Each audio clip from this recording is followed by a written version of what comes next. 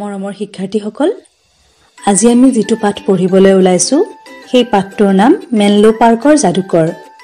এই পাঠটোত এজন মহান বিজ্ঞানীৰ জীৱনৰ কিছুমান কথা আৰু তেওঁ কৰা কিছুমান আৱিষ্কাৰৰ বিষয়ে কোৱা হৈছে। পাঠটো পঢ়াৰ আগতে আমি দুখনমান ছবি চাই লওঁ আহাচোন।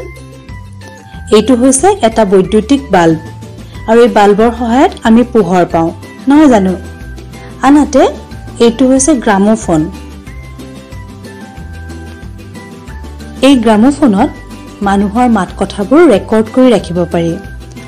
আজিকালি আমি যে টেপ ৰেকৰ্ডাৰত গান শুনিব পাৰো, সিডি প্লেয়াৰত গান শুনিব পাৰো, এই আটাইবোৰ ব্যৱস্থাৰ আৰম্ভণি ৰূপটোৱে হ'ল গ্ৰামোফোন। এই দুয়োটা গুৰুত্বপূৰ্ণ আৱিষ্কাৰ কৰিছিল থমাছ আলভা এডিছনে। আজি আমি পঢ়িবলগীয়া পাঠটোত তেওঁৰ বিষয়ে কোৱা হৈছে। আজিৰ পৰা 150 বছৰৰ আগে আমেৰিকাৰ মিলান নামৰ এখন চহৰত এইগৰাকী বিজ্ঞানীৰ জন্ম হৈছিল। কি নাম আছিল তেওঁৰ? Thomas Alva Edison. তেওঁ 7 বছৰ বয়সতে প্ৰথম স্কুললৈ গৈছিল, কিন্তু মাত্ৰ 3 মাহ স্কুললৈ যোৱাৰ পিছতে তেওঁ স্কুল এৰিবলগীয়া হৈছিল। ইয়াৰ কাৰণটো কি জানানে? তেওঁ আচলতে বৰ তীক্ষ্ণ বুদ্ধিৰ ল'ৰা আছিল, অৰ্থাৎ তেওঁ বৰ চোকা বুদ্ধিৰ আছিল। তেওঁৰ মনলৈ সদায় বহুত প্ৰশ্ন আহিছিল আৰু এই প্ৰশ্নবোৰ তেওঁ সকলোকে সুধি থাকিছিল। ফলত মানুহবোৰে আমনি পাইছিল। আনকি বিদ্যালয়ৰ ছাৰ বাইদেউসকলেও তেওঁ এই কথাত বৰ আমনি পাইছিল। তেওঁলোকে ভোটা বুদ্ধিৰ ল'ৰা বুলি ভাবিছিল।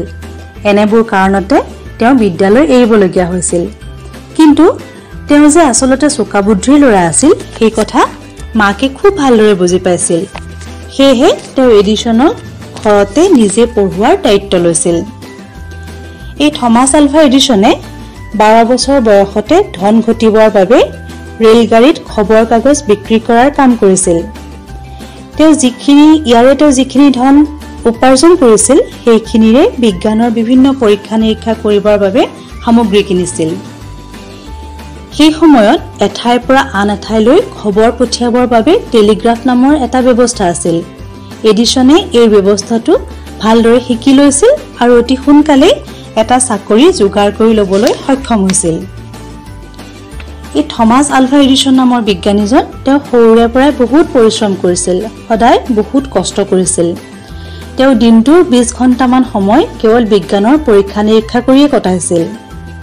আৰু তেওঁ প্ৰায় 2000তকৈও অধিক যন্ত্ৰ আৱিষ্কাৰ কৰিছিল। ইয়াৰ ভিতৰত আটাইতকৈ গুৰুত্বপূৰ্ণ আৱিষ্কাৰ হৈছে বৈদ্যুতিক বাল্ব। আমি যে প্ৰথমতে ছবিখন চাইছিলো সেই বাল্ব। ইয়াৰ উপৰি তেওঁ গ্ৰামোফোন বা ফোনোগ্ৰাফ নামৰ এটা আৱিষ্কাৰ কৰিছিল।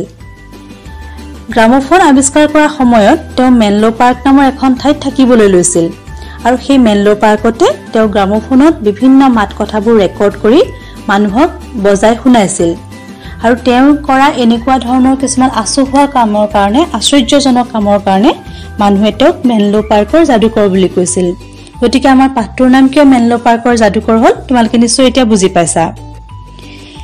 এই বিজ্ঞানীজন থমাছ আলভা এডিছন তেওঁ কিন্তু কলা আছিল, অৰ্থাৎ তেওঁ কাণেৰে নুশুনিছিল। কলা হোৱাৰ বাবে তেওঁ কিন্তু কেতিয়াও দুখ কৰা নাছিল। তেওঁ কৈছিল যে কলা হোৱাৰ বাবে তেওঁৰ কিছুমান সুবিধাহে হৈছে, কিয়নো তেওঁ বিজ্ঞানৰ পৰীক্ষা নিৰীক্ষা কৰাত বেছি একাগ্ৰতাৰে একান্তপতীয়াকৈ মনোনিৱেশ কৰিব পাৰিছিল। এই বিজ্ঞানীজনৰ জীৱনৰ বহুত কথা আছে, যিবোৰ কথা আমি আটাইয়ে জনা উচিত। মই তেওঁৰ বিষয়ে আৰু কিছুমান কথা পিছত ক'ম।